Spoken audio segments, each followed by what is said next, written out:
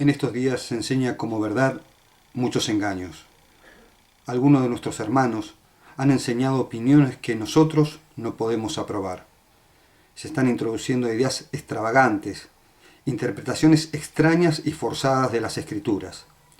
Dichas enseñanzas pueden parecer solo pequeñeces ahora, pero crecerán y se convertirán en trampas para los experimentados.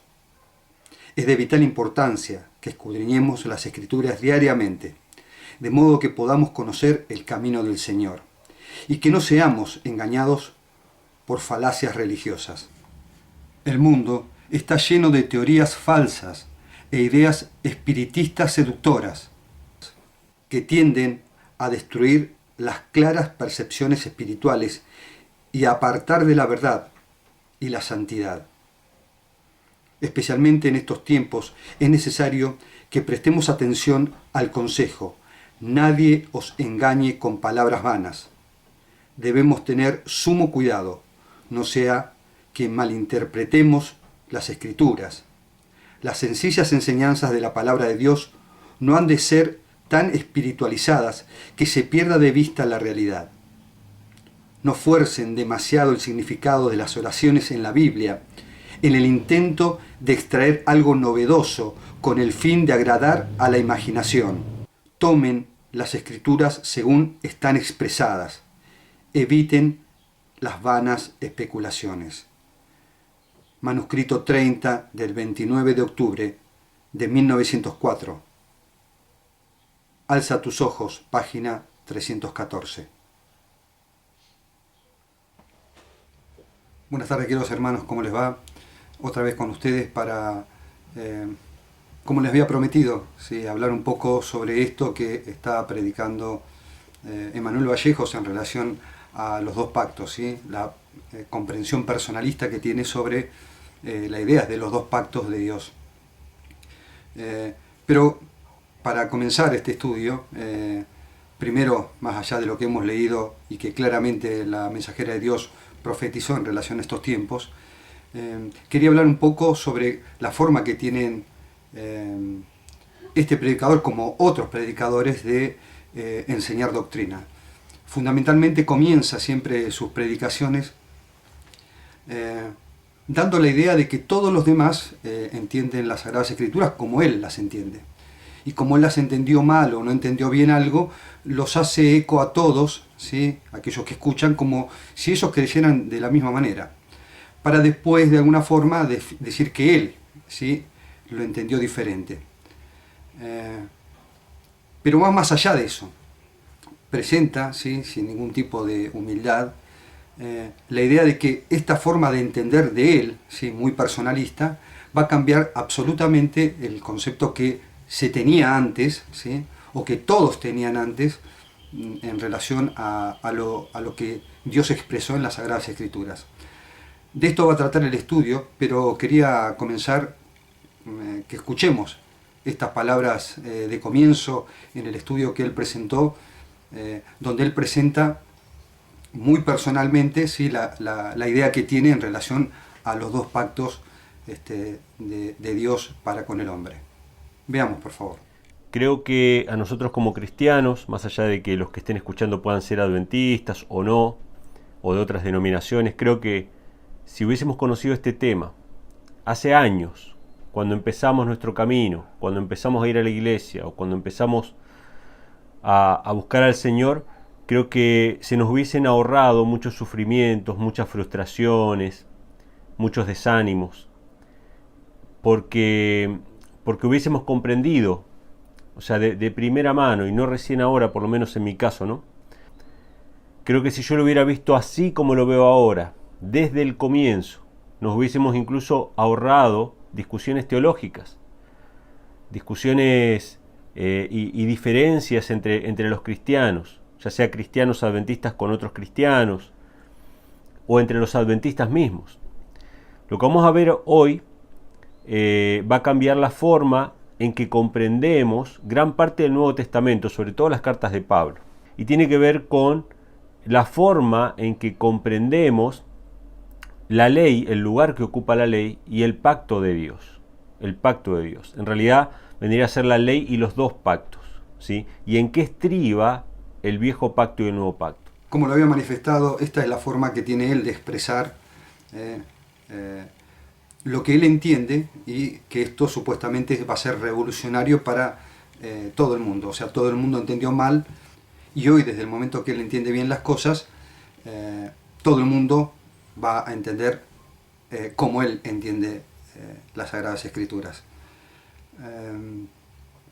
Esta es la percepción que él tiene sobre lo que cree, ¿no? Una idea iluminada en relación a las Escrituras, ¿no?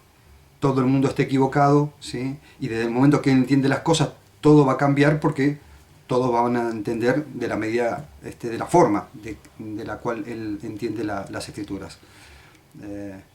Pero bueno, es una idea muy personalista, pero que los incumbe a todos aquellos que escuchan sus palabras, ¿no? Veamos qué más dice.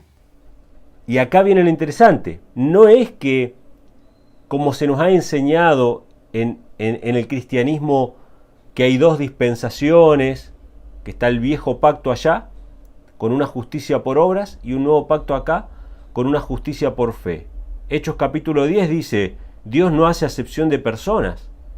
¿Cómo es esto que les demanda una cosa a los que vivían del otro lado de la cruz y les demanda algo distinto a los que viven de este lado de la cruz?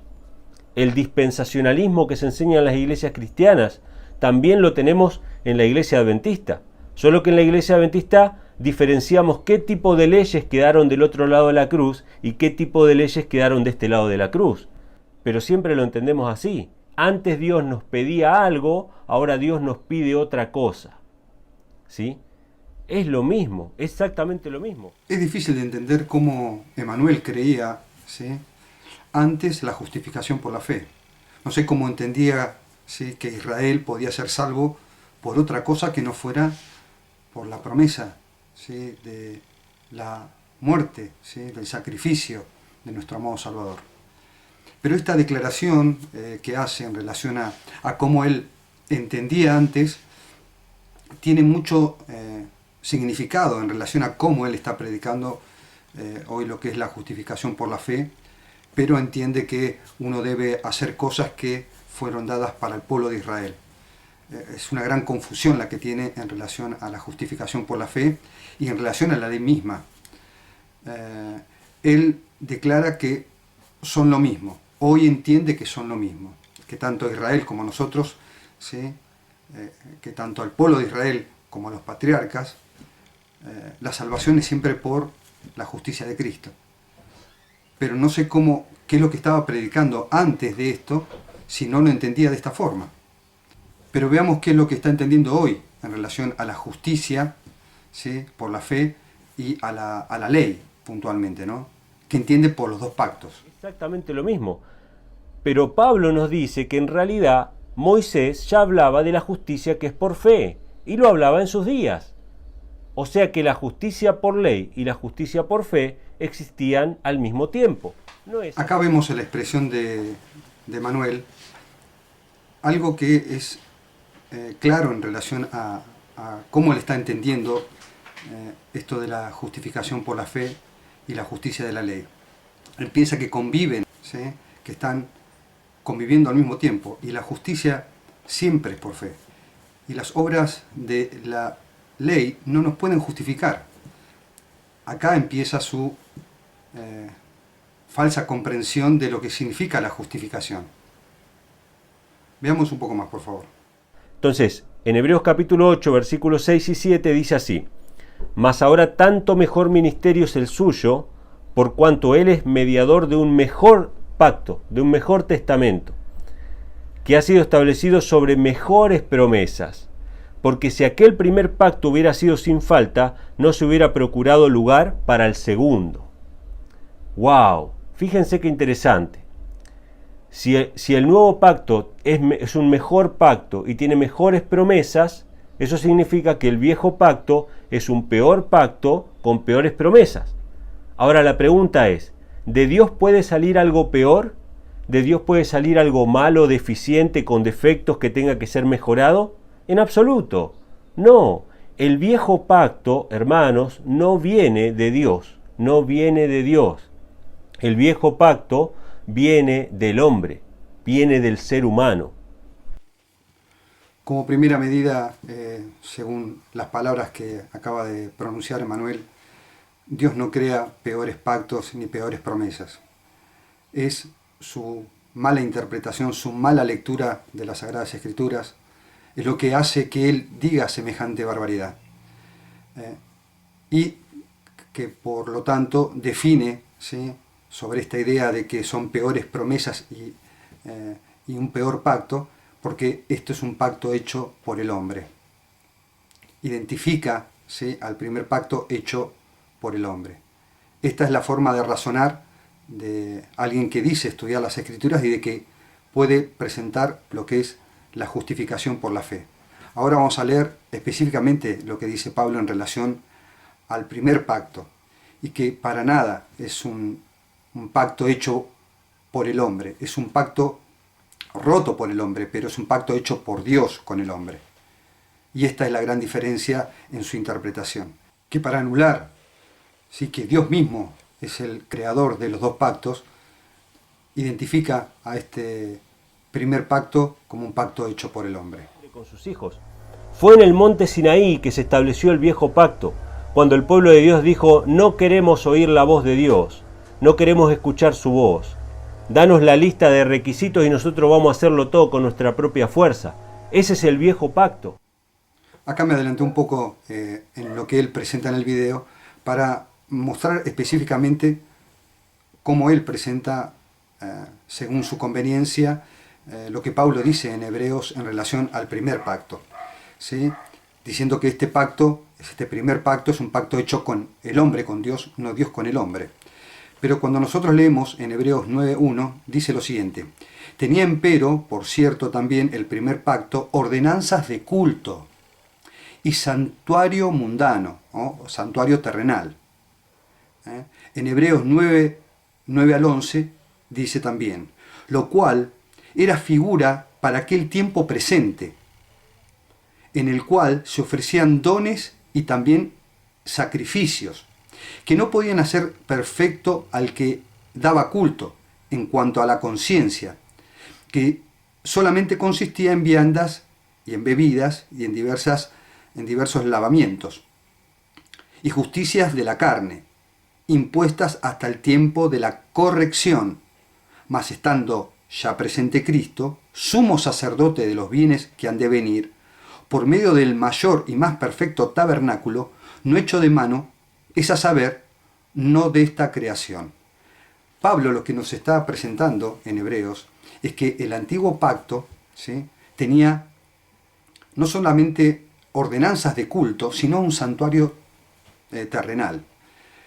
El pacto que hace Dios con el hombre en el Sinaí lo hace sobre una nación que había estado esclavizada durante 490 años. Entonces, esta nación era una nación que desconocía todo lo que Dios había hecho, ¿sí?, a los patriarcas. Había perdido totalmente el conocimiento de Dios. El pacto nuevo tiene que ver no solamente con la ley de Dios, ¿sí?, con nuevamente darle la ley que se le había dado a los patriarcas, sino también darles un pleno conocimiento de la obra de Cristo. No me imagino a Israel, ¿sí?, después de haber sido liberado, diciéndole a Dios que le diera un santuario, que le diera ordenanzas de culto, que lo educara como nación. Claramente, todas estas cosas fueron el pacto que Dios hizo con Israel. El que hiciera todas estas cosas, dice nuestro amado Salvador, vivirá por ellas. En Patriarcas y Profetas, en la página 340, hablando sobre estos dos pactos, Dios le reveló a la mensajera estas palabras que clarifican puntualmente qué significan los dos pactos. Dice: aunque este pacto fue hecho con Adán, ¿sí?, hablando del primer pacto, y más tarde se le renovó a Abraham, no pudo ratificarse sino hasta la muerte de Cristo. Existió en virtud de la promesa de Dios desde que se inició por primera vez la posibilidad de redención. Fue aceptada por fe, no obstante, cuando Cristo lo ratificó, fue llamado el nuevo pacto. Aunque este pacto fue dado, ¿sí?, a todos los patriarcas, no fue ratificado hasta la muerte de Cristo. O sea, que fue dado por la promesa. Y en esa promesa, que había sido dada a todos los patriarcas, quien moría en lugar de Cristo era el Cordero. ¿Sí? Por eso Cristo es el Cordero de Dios. Sigamos leyendo. La ley de Dios fue la base de este pacto, que era sencillamente un arreglo para restituir al hombre a la armonía con la voluntad divina, para colocarlo en condición de poder obedecer la ley de Dios. Nosotros entendemos que si nosotros ponemos fe en el sacrificio de Cristo, sus méritos, ¿sí?, son contados, ¿sí?, como nuestra propia justificación. Los patriarcas, cuando sacrificaban un cordero, ¿sí?, por fe creían, ¿sí?, en aquel que iba a venir a morir en su lugar. Pero el sacrificio era el cordero, ¿sí? Esta es la implementación, ¿sí?, como lo dice acá el texto, el arreglo, para restituir al hombre, ¿sí? Alguien debía morir hasta que viniera, ¿sí?, el verdadero sacrificio, que es nuestro amado Salvador. Pero continúa diciendo, otro pacto fue llamado en las Escrituras el pacto antiguo.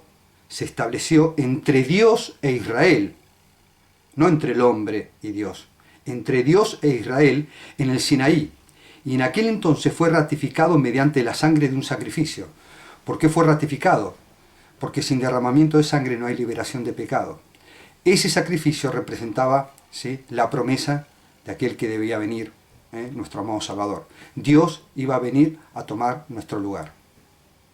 El pacto hecho con Abraham fue ratificado mediante la sangre de Cristo y es llamado el segundo pacto o nuevo pacto, porque la sangre con la cual fue sellado se derramó después de la sangre del primer pacto. Sí, la sangre de Cristo fue derramada después del primer pacto. O sea que tanto para Abraham como para Israel, ¿sí?, los dos sacrificaban animales que referenciaban, ¿sí?, eran una sombra de aquel que debía venir, el cual es Cristo. Es evidente que el nuevo pacto estaba vigente en los días de Abraham, puesto que entonces fue confirmado tanto por la promesa como por el juramento de Dios, dos cosas inmutables en las cuales es imposible que Dios mienta, y cita Hebreos 6:18. Pero si el pacto confirmado a Abraham contenía la promesa de la redención, dice el texto, ¿por qué se hizo otro pacto en el Sinaí? Y esta es la pregunta, ¿por qué se hizo otro pacto en el Sinaí? Y acá está la respuesta. Durante su esclavitud el pueblo había perdido en alto grado el conocimiento de Dios y de los principios del pacto de Abraham. Al libertarlos de Egipto, Dios trató de revelarles su poder y su misericordia para inducirlos a amarle y a confiar en él. Los llevó al Mar Rojo, donde, seguidos por los egipcios, parecía imposible que escaparan para que vieran su total desamparo y necesidad de ayuda divina, y entonces los libró. Así se llenaron de amor y gratitud hacia él, el pueblo de Israel. Dice, y confiaron, ¿en qué confiaron? En su poder para ayudarlos. Los ligó a sí mismo como su libertador de la esclavitud temporal. En esa liberación, Dios se unió con ellos y ellos creyeron en el poder de Dios para libertarlos, ¿sí? Pero creían en que en la liberación temporal. Pero continúa el texto diciendo, pero había una verdad aún mayor que debían grabarse en sus mentes. Como habían vivido en un ambiente de idolatría y corrupción, no tenían un concepto verdadero de la santidad la santidad de Dios, de la extrema pecaminosidad de su propio corazón, de su total incapacidad para obedecer la ley de Dios y de la necesidad de un Salvador. Todo esto se les debía enseñar. Dios los llevó al Sinaí, manifestó así su gloria, les dio la ley con la promesa de grandes bendiciones siempre que obedecieran. No solamente que escucharan, que obedecieran lo que Dios pedía. Ahora pues, si dais oído a mi voz y guardáis mi pacto, ¿cuál era el pacto? El pacto tenía que ver con todas las ordenanzas. El pacto tenía que ver con la ley de Dios, ¿sí?, con entender lo que significaba el santuario, ¿sí?, los sacrificios, la administración del sumo sacerdote, las leyes que inducían al pueblo a tener amor a Dios y amor al prójimo, ¿sí? Que hacían más completa y visible los 10 mandamientos. Ahora pues, si dais oído a mi voz y guardáis mi pacto, vosotros me seréis un reino de sacerdotes y gente santa.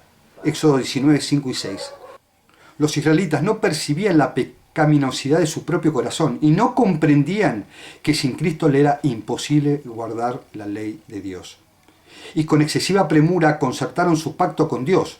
O sea, que aceptaron el pacto, ¿sí? No es que hicieron el pacto, aceptaron el pacto que Dios les ofrecía.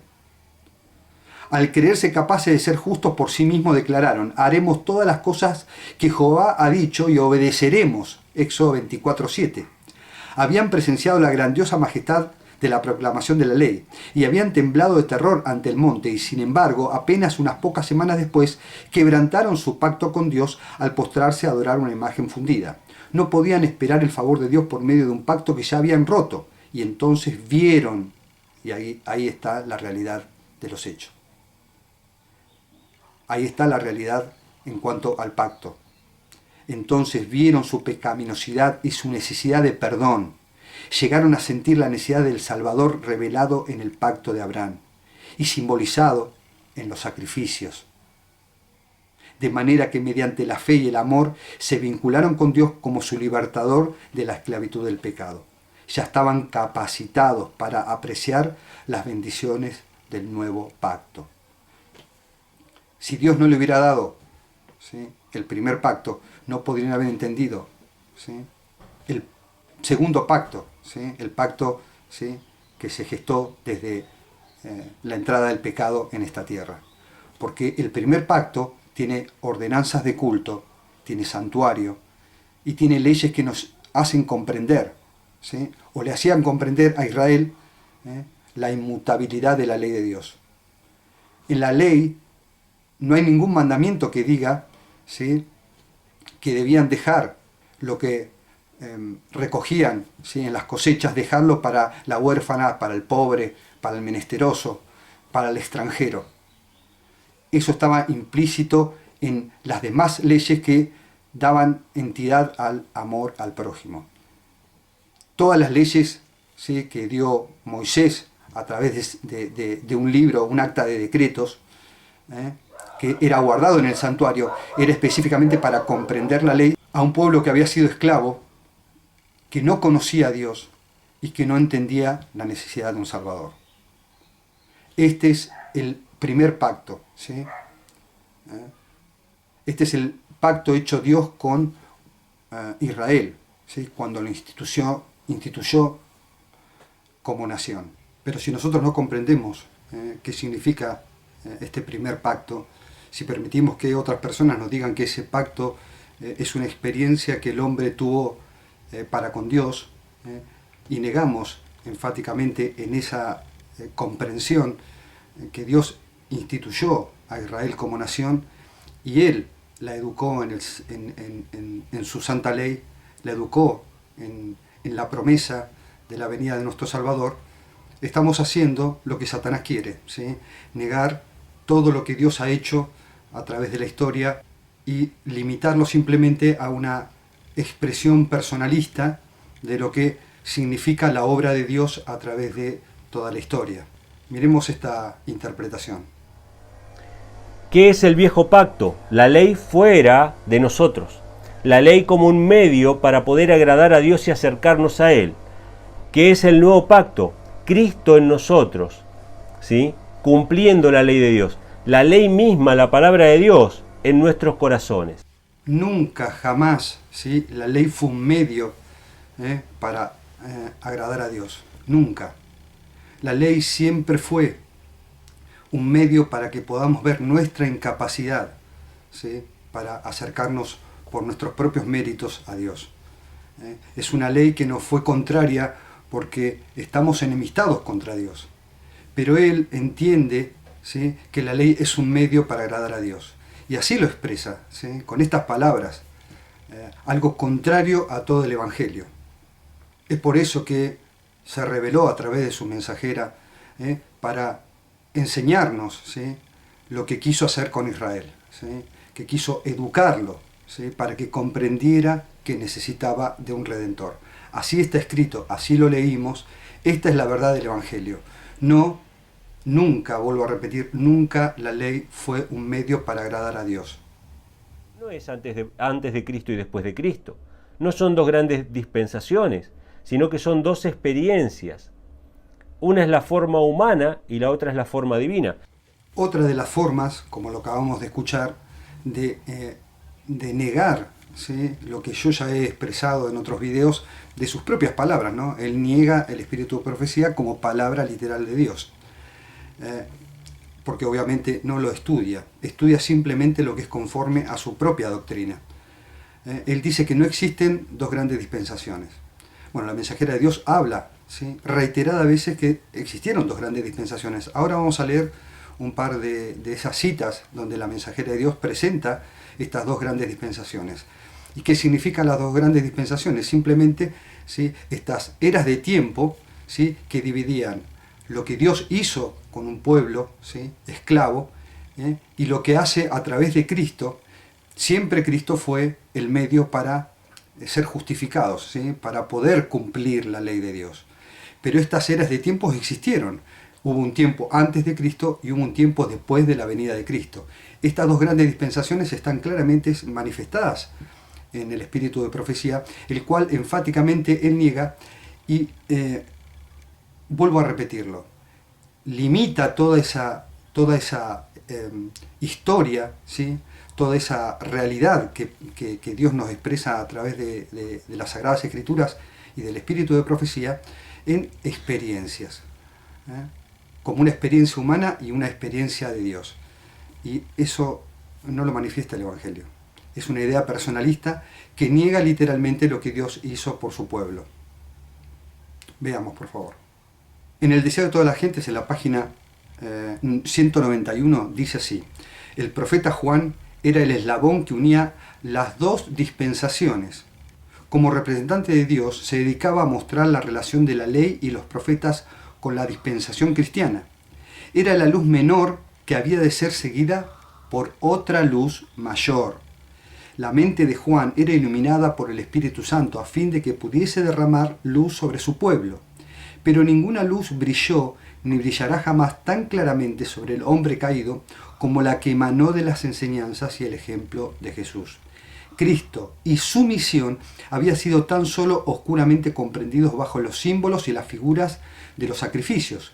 Ni Juan mismo había comprendido plenamente la vida futura e inmortal a la cual nos da acceso el Salvador.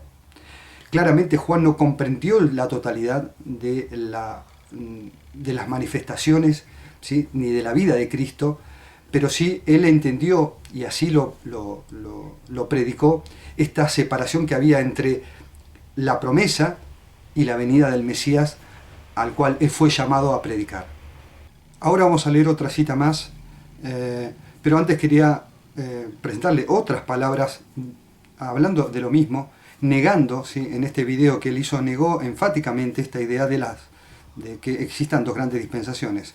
Primero vamos a escucharlo nuevamente a él decirlo de nuevo, con otras palabras, negando las dos dispensaciones, y posteriormente presentaré otra cita más, y ustedes, si lo desean, pueden estudiarlo, y si no, contactarse conmigo y les enviaré más citas de la mensajera de Dios hablando clara y enfáticamente de la verdad de las dos grandes dispensaciones. Veamos, por favor. El viejo pacto y el nuevo pacto no son dos dispensaciones, no son dos eras de tiempo, en absoluto. El viejo pacto y el nuevo pacto son dos experiencias del corazón humano. En la maravillosa gracia de Dios, en la matutina, en la página 152, dice: al establecer el servicio sacramental para que tomara el lugar de la Pascua, o sea, la Santa Cena, Cristo dejó para su iglesia un monumento conmemorativo de su gran sacrificio por el hombre. Haced esto, dijo él, en memoria de mí. Este era el punto de transición entre dos dispensaciones y sus dos grandes fiestas. La una había de concluir para siempre, la otra, que él acababa de establecer, había de tomar su lugar y continuar durante todo el tiempo como el conmemorativo de su muerte. Claramente la mensajera de Dios, por revelación, expresó la idea de estas dos dispensaciones, ¿no? Estas dos formas, estos dos tiempos, no formas, estos dos tiempos donde existía por un lado la promesa, ¿sí?, de aquel que debía venir, dada desde Adán hasta el último hombre de esta tierra, y otra dispensación es a partir del momento en que Cristo vino, tomó mi lugar, murió, resucitó, y está hoy en la diestra del Padre, ministrando en nuestro favor. Estas dos dispensaciones existieron, existen, y son un reflejo del amor inconmensurable tanto de nuestro Padre Celestial como de nuestro amado Salvador, que vino a morir en nuestro lugar. Pero ahora, para tratar de comprimir, ¿sí?, toda la información que yo lo llamo mentiras, porque no hay otra forma de denominar las expresiones de Manuel Vallejos, hice una compilación, ¿sí?, de determinadas expresiones que tuvo en este video, de esta comprensión personalista, negando el espíritu de profecía y la propia Biblia, que hizo, y vamos a ver qué es lo que dice, aún leyendo literalmente las Escrituras, y qué dice puntualmente las Escrituras en relación a eso. Veamos estas 7 mentiras, ¿sí?, estas 7 expresiones tristes en este video, que comprimen un poco toda la información de su comprensión y de su visión en relación a los dos pactos. ¿Dónde está establecido ese viejo pacto? Es en la época de Moisés que se establece ese viejo pacto. Escuchen esto, qué interesante. Si oyeres mi voz, otras versiones dicen si oyeres, si obedecieres. Si oyeres mi voz, si obedecieres mi voz, si prestás atención, si me escuchás y guardás mi pacto, y hermanos, ese es el pacto, escuchar, ¿sí?, prestar atención. Fíjense. No, hermanos, no. ¿Sí? Lo que él dice no es así. Literalmente, él dice, lo dice él mismo, lo reconoce él mismo, pero lo niega, al mismo tiempo que lo reconoce, lo niega. ¿Sí? Cuando dice el texto, literalmente dice, si escucháis significa guardar, obedecer. Escuchar no es simplemente los oidores, sino los hacedores de la palabra, dice el Evangelio. Estos no son los verdaderos adoradores, los que oyen, sino los que oyen y guardan los mandamientos. Entonces Dios no da una ley para que la escuchemos nada más. Dio la ley para que la obedezcamos. Y Él entiende eso, pero tuerce siempre las Escrituras. Esta es la primera mentira que, aún leyendo las Escrituras, dice todo lo contrario. Veamos la segunda. Fíjense en qué consiste el pacto de Dios. El pacto de Dios no era una lista de cosas, no era una lista de preceptos y mandamientos, aunque sí, Dios... Sí, señores, sí. Era un listado de preceptos y de mandamientos. Lo que dice Emanuel no es verdadero.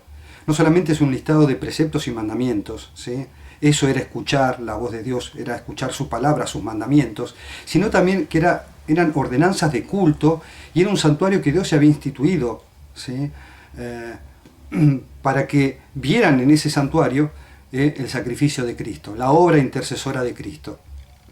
Claramente niega lo que es real y concreto en el Evangelio. Veamos más. ¿Sí? Aunque Dios quería que los cumplamos, pero Él no nos dijo que hagamos todas estas cosas para vivir. Él nos dijo simplemente que escuchemos, que le prestemos atención, que escuchemos su voz. Tercera mentira, sí. Cristo nos dice que escuchemos para que vivamos. Leamos, Romanos 10:5 dice así: porque de la justicia que es por la ley, Moisés escribe así: el hombre que haga estas cosas vivirá por ellas. Ahora, la ley no nos puede salvar, ¿sí? Cristo es el único que puede guiarnos, educarnos a cómo cumplir la ley en justicia, solamente tomado de su mano. Pero claramente, ¿sí?, Dios nos está diciendo que aquel que cumpliera viviría. Él dice que no, que esto no es así. Tercera mentira. Veamos qué otra cosa más dice. Ahora, veamos cuál es la respuesta que le da el pueblo de Israel a Dios. Y acá viene lo triste. Esto lo podemos ver también en Éxodo capítulo 20, en el versículo 18 y 19, dice así: y dijeron a Moisés, habla tú con nosotros, porque nosotros no oiremos, dice, mas no hable Dios con nosotros para que no muramos. Éxodo 20, 19. Y dijeron a Moisés, habla tú con nosotros, y nosotros oiremos, pero no hable Dios con nosotros para que no muramos. Esta cuarta mentira es, digamos, la más evidente, ¿sí? Concreta, ¿sí? Porque dice algo que el Evangelio no dice, o sea, cambia las palabras del Evangelio. Israel puntualmente dijo, nosotros oiremos. Israel, cuando escuchó los 10 mandamientos, después de haber escuchado los 10 mandamientos, le dijo, y por el temor que le dio, ¿sí? El monte que temblaba, ¿sí? Los truenos, le dijeron a Moisés que hablara él con ellos, que ellos oirían lo que Dios tenía que decir. Él dice todo lo contrario a eso, cita mal, y de esto trata todo su estudio. Esta es la base de todo el estudio, de que Israel nunca quiso oír la voz de Dios, y esto es mentira. Israel quería escuchar, más allá de su incomprensión, él quería escuchar la voz de Dios. Lo que no sabía era lo que Dios pretendía de Israel como pueblo. Pero claramente Israel dice que oiría, y él, Emanuel, dice que Israel dijo que no oiría la voz de Dios. Muramos, ¿sí? O sea, el pueblo de Israel le dijo a Dios que no hable Jehová con nosotros. Habla tú, danos la lista, escríbelo ahí, dan una lista de cosas para hacer y nosotros vamos a hacer todo lo que Dios diga, pero no queremos escuchar la voz de Dios. Habla tú con nosotros, no queremos escuchar a Dios. La quinta mentira, ¿sí? Terrible mentira, es aprovecharse de Israel, ¿sí? De su ignorancia, diciendo que Israel le habló a Dios en forma despectiva, darnos la ley ahí, como si la actitud de Israel hubiera sido esa. Israel era un pueblo que no conocía a Dios, pero esta forma que tiene Emanuel de expresar, ¿sí? No es lo que presenta las Sagradas Escrituras en relación a Israel. Israel no comprendía y no entendía, pero esto no lo hacía un pueblo que fuera insultante para Dios, ¿sí? Que le faltara el respeto a Dios, hablando de la manera en que Él dice que Israel decía las cosas. Esto es transgredir las Escrituras, es cambiar el concepto de lo que dice la palabra de Dios, simplemente para presentar la idea propia que Él tiene, que está alejada totalmente de la realidad de la Biblia. El pueblo de Dios quedó con una ley externa, una ley afuera de ellos, que ellos iban a contemplar esa ley y iban a esforzarse por cumplirla. Este es el viejo pacto. El viejo pacto, y esto es interesante porque en realidad uno podría decir, bueno, ¿por qué si el pacto de Dios o el pacto eterno existía desde siempre y era lo que Dios quería proponerle al pueblo, y el pacto que hizo el hombre o que hizo el pueblo vino después, ¿por qué se le llama viejo pacto? En realidad es que los pactos son ratificados con la sangre, y este viejo pacto, este pacto que hizo el hombre con Dios y no Dios con el hombre, el pueblo de Israel, ¿sí? Esta sexta mentira, el pueblo de Israel jamás, Dios jamás le dio una ley para que se salvara por esa ley, ¿sí? Y esta idea de que el pueblo hizo un pacto, ¿sí? Y ese pacto se lo dio Dios porque el pueblo hizo un pacto, no tiene sentido alguno. Si nosotros entendemos o creemos las palabras que dice Manuel, tendríamos que entender que si el pacto lo hizo el hombre, la ley proviene también del hombre. O si no, el hombre le está pidiendo a Dios, ¿sí? Hacer un pacto y decirle a Dios que le dé las leyes. No tiene sentido y no tiene razonamiento bíblico. Y algo más que tiene que ver con esta sexta mentira, es que el pacto que hizo Dios con Israel se selló con un sacrificio. El sacrificio es el mismo sacrificio de Adán, ¿sí? hasta la muerte de Cristo. Era el cordero que representaba a aquel que debía venir, ¿sí? Al Mesías, ¿no? Pero supuestamente para Emanuel el hombre hace un pacto con Dios, ¿sí? Y hace un sacrificio. ¿Para qué hace un sacrificio si supuestamente el hombre iba a cumplir la ley de Dios? ¿Para qué necesitaba un sacrificio? Dios le da ese sacrificio para referenciar a su hijo, aquel que iba a venir a morir en su lugar. La verdad, ¿sí?, en relación al pacto es que Dios dio el pacto y que Dios dio, ¿sí?, como figura de este pacto a Cristo, ¿sí?, el sacrificio de la promesa, de aquel que iba a venir a morir, el Cordero de Dios que quita el pecado del mundo. Esta es la verdad en cuanto al sacrificio que se hizo después de que Dios hizo un pacto con el hombre, que le dio la ley, que les dio el santuario. Esto es algo que él parece no entiende, ¿sí? Parece que habla mucho de esto, pero nunca llegó a entenderlo en todo su contexto. Veamos qué más dice, por favor. Por lo tanto, el pacto del hombre quedó como el viejo pacto y el pacto de Dios quedó como el nuevo pacto. Esta séptima mentira, ¿sí?, no tiene ningún basamento bíblico. En ningún lugar en la Sagrada Escritura se dice que el viejo pacto quedó como el pacto del hombre y el nuevo pacto como el pacto antiguo, el pacto de Cristo. No hay referencia alguna.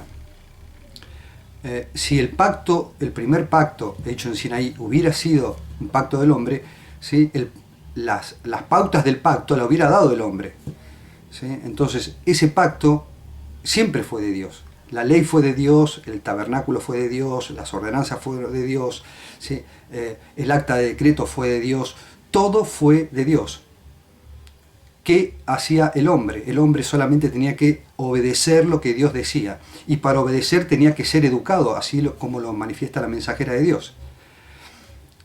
Tenía que ser educado porque era un pueblo que había estado cautivo y había perdido de vista lo que era la redención, lo que era la justificación, ¿sí?, la justificación por la fe.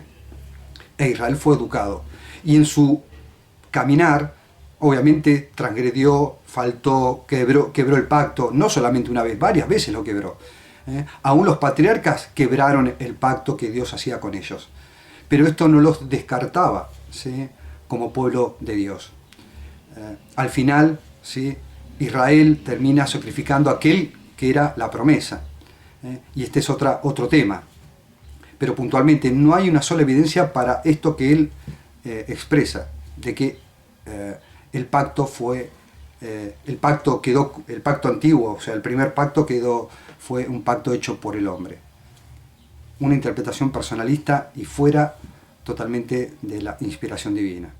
Para ir terminando, porque hay mucho material y hay muchas cosas que decir en relación a esta comprensión que tiene él y lo que ha expresado en su video en relación a la idea de un pacto hecho por el hombre.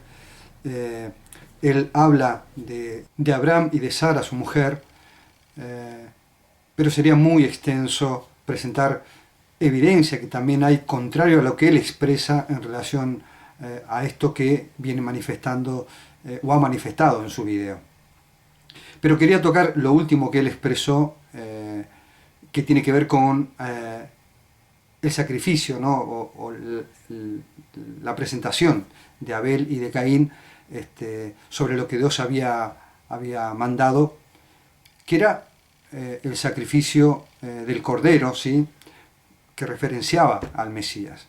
Él dice algo con relación a lo que hizo Caín, que es totalmente alejado también, como hemos visto hasta ahora, de lo que Dios dice en su palabra y específicamente de lo que dice la mensajera de Dios sobre la actitud de Caín. Por eso, como para terminar este video y no se haga tan extenso, y que ustedes lo puedan estudiar en forma personal, porque de eso se trata cada uno de estos videos, que uno pueda corroborar todas esta evidencia que se presenta y lo que él mismo está manifestando en sus videos, estudiarlo en forma personal y sacar cada uno su propia conclusión. Pero veamos qué es lo que él interpreta y qué es lo que dice la mensajera de Dios específicamente sobre la ofrenda de Caín. Pero Caín quiso hacer un esfuerzo por demostrar algo mejor. Quiso ganarse el favor de Dios. Pero él no tenía que tratar de llegar a Dios por sus propios esfuerzos. Según Emmanuel Vallejos, Caín quiso ganarse el favor de Dios. Quiso hacer un esfuerzo para ganarse el favor de Dios. Y según la mensajera de Dios, Caín no quiso ganarse nada. No quiso hacer ningún esfuerzo por ganarse nada de parte de Dios. Todo lo contrario. Emmanuel no estudia el espíritu de profecía porque no cree en el espíritu de profecía como palabra de Dios. No cree en los escritos de la mensajera de Dios como palabra de Dios. La mensajera de Dios literalmente dice algo contrario, absolutamente contrario al pensamiento que expresa Emmanuel en este estudio que él ha realizado, ¿sí?, en relación a los dos pactos, contrariando absolutamente la Biblia y el espíritu de profecía. Leamos, por favor, lo que dice la mensajera de Dios en relación a esto, a este pensamiento de Caín en relación a lo que Dios demandaba. En Patriarcas y Profetas, en la página 52, dice así: Caín se presentó a Dios con murmuración e incredulidad en el corazón tocante al sacrificio prometido y a la necesidad de la ofrenda expiatoria. Caín no quiso ganarse nada, simplemente no creyó en Dios, no creyó en el sacrificio de Cristo. Todo lo que se le había enseñado en relación al sacrificio, él no lo creyó, no le interesó. Su ofrenda no expresó arrepentimiento del pecado. Creía, como muchos creen ahora, que seguir exactamente el plan indicado por Dios y confiar enteramente en el sacrificio del Salvador prometido para obtener salvación sería una muestra de debilidad. Prefirió depender de sí mismo. Se presentó confiado en sus propios méritos. No traería al cordero para mezclar su sangre con su ofrenda, sino que presentaría sus frutos, el producto de su trabajo. Presentó su ofrenda como un favor que hacía a Dios para conseguir la aprobación divina. Caín obedeció al construir el altar, obedeció a traer una ofrenda, pero rindió una obediencia parcial. Omitió lo esencial, el reconocimiento de que necesitaba un Salvador. Caín no quiso ganarse nada. Caín rechazó abierta y absolutamente, ¿sí?, el plan de salvación. Y esto Emmanuel no lo entiende, no lo sabe porque no lo estudia y porque no cree, lamentablemente, en el espíritu de profecía. Hermanos, espero que este estudio les sea de bendición, que ustedes puedan estudiar por ustedes mismos la evidencia, que puedan permitirles, como les digo siempre, que Cristo sea su maestro.